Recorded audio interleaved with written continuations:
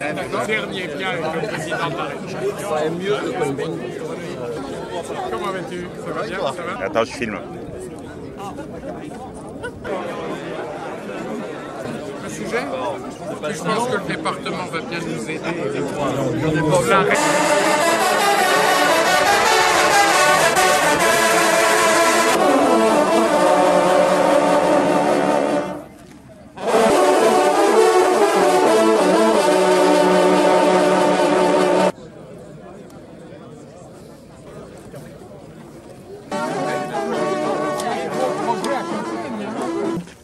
Que, en son palais de Compiègne, Clotaire Ier, nous sommes donc chez les Mérovingiens, meurt à Compiègne à l'issue d'une chasse.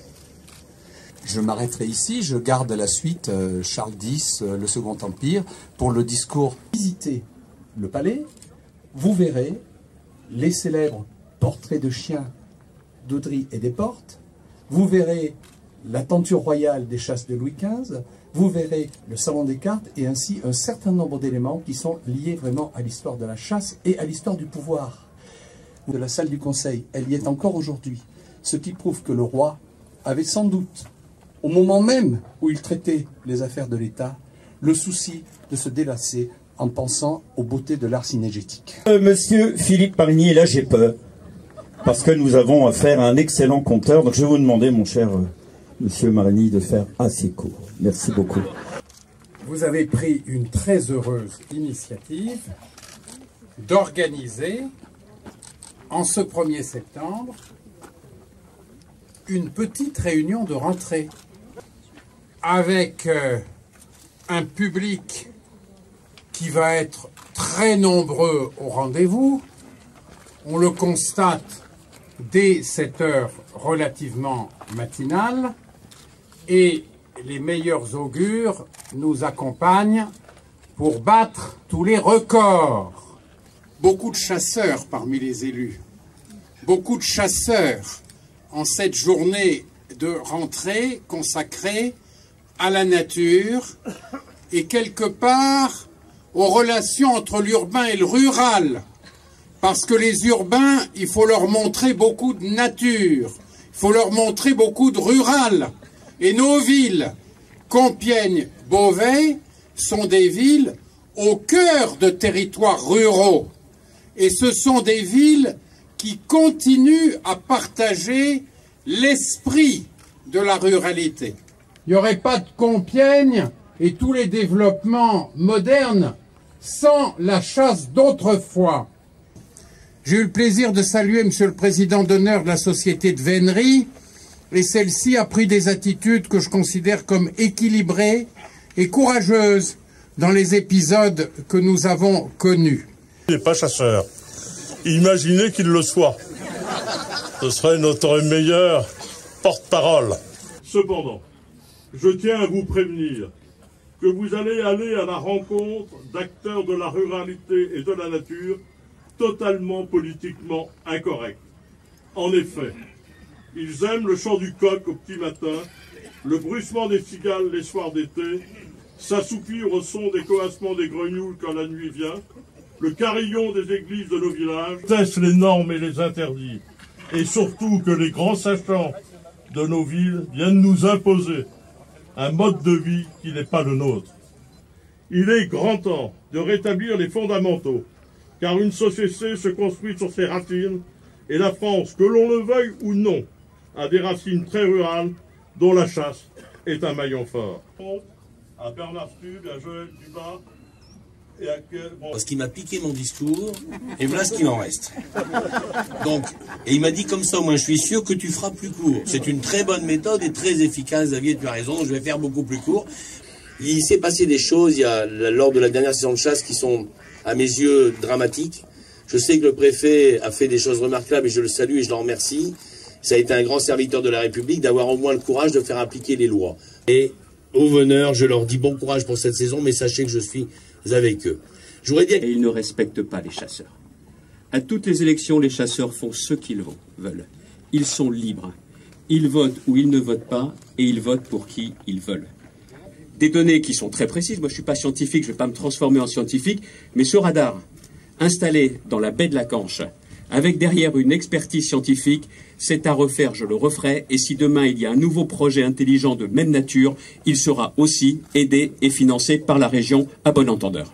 Qu'il puisse compter sur des ministres, je le dis, Sébastien Lecornu, Gérald Darmanin, pour un point.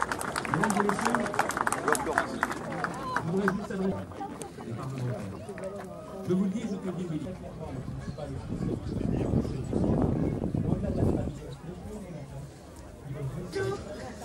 C'est dans le château. Nous rejoint pour une deuxième fois.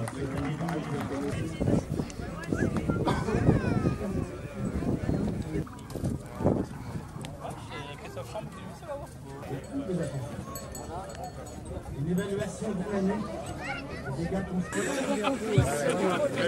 Merci.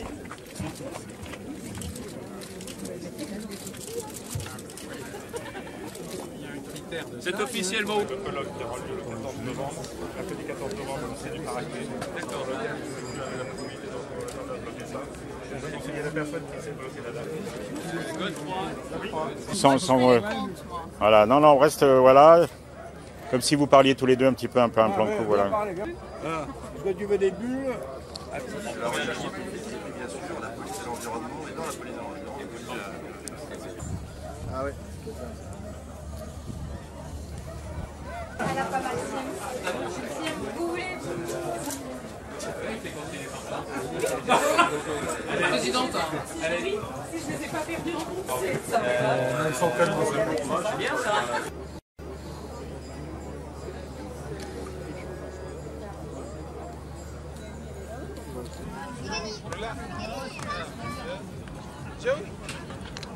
Offerte donc sur ce stand de nos amis du conseil départemental. Ah voilà. Je vais vous présenter des empreintes d'animaux. Elles sont à la fois sauvages, on peut aussi vivre à la maison.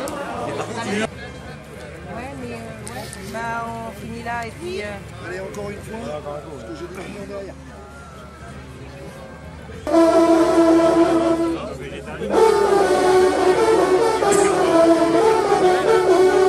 Je regarde des trucs. Il est très beau le stand de l'ONF. Non, je regarde juste comme ça. Parce que cette fin d'été est quand même assez torride. Donc c'est pas que d'être torride, ça me gêne, mais ça endort un peu la proche chaleur.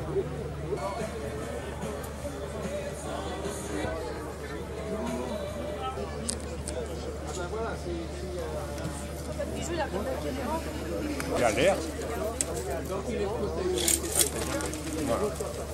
Voilà pour le. C'est vous? Bonjour, Alice Fion, responsable communication donc, de l'Association nationale de la chasse au féminin. Nous sommes ravis d'être ici dans l'Oise, au parc du château de Compiègne, pour représenter notre association, l'Association nationale de la chasse au féminin, qui va bientôt fêter son 20e anniversaire dans la Somme, le 31 août 2019. Je suis sur mon terrain. Combien d'adhérentes? Plus de 1000. Ah oui. Dans toutes les Hauts-de-France? Dans toute la France. Non, les Hauts-de-France, c'est encore un petit peu. Et les Hauts-de-France, on est en train de s'organiser. On est en train de créer une grosse délégation régionale. Vous reconnaissez bien Guy, hein? Oui. Pour rester lucide. Ça a un côté de récompense aussi. Exactement. Seulement à titre de récompense.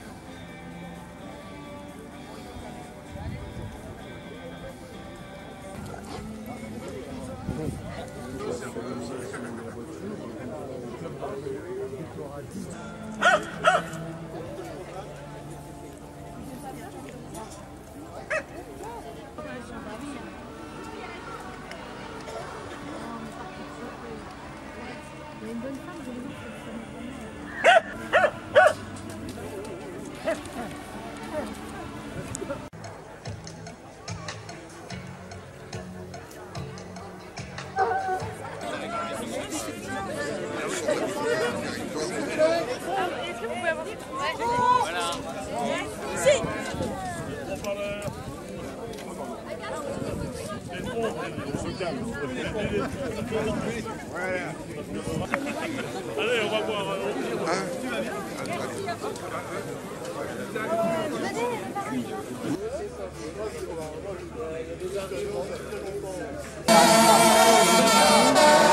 J'ai entraîné pendant un moment, quand j'étais encore veto de l'équipe de France, on utilisait les terrains de Compiègne, le champ de course.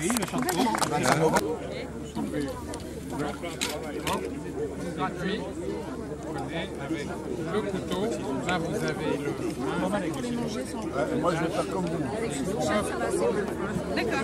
Hein? Escalator? Oh, il y a des vidéos sur les escalators à Compiègne. Ouais, vous êtes. Elles sont énormes. Le chenil est situé à Méry-la-Bataille. Les prises de la Aurélia Passion décide de se rapprocher de son territoire de chasse et implante son chenil et sélectionne une litière de près de Cotteret à Jamin.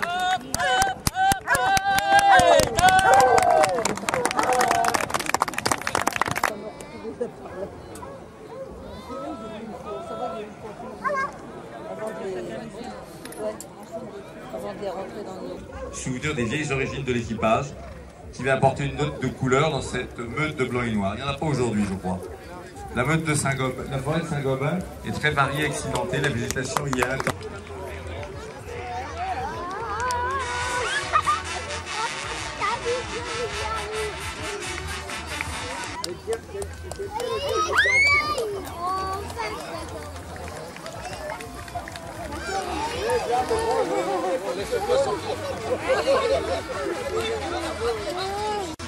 J'espère, ils peuvent refaire un tour là.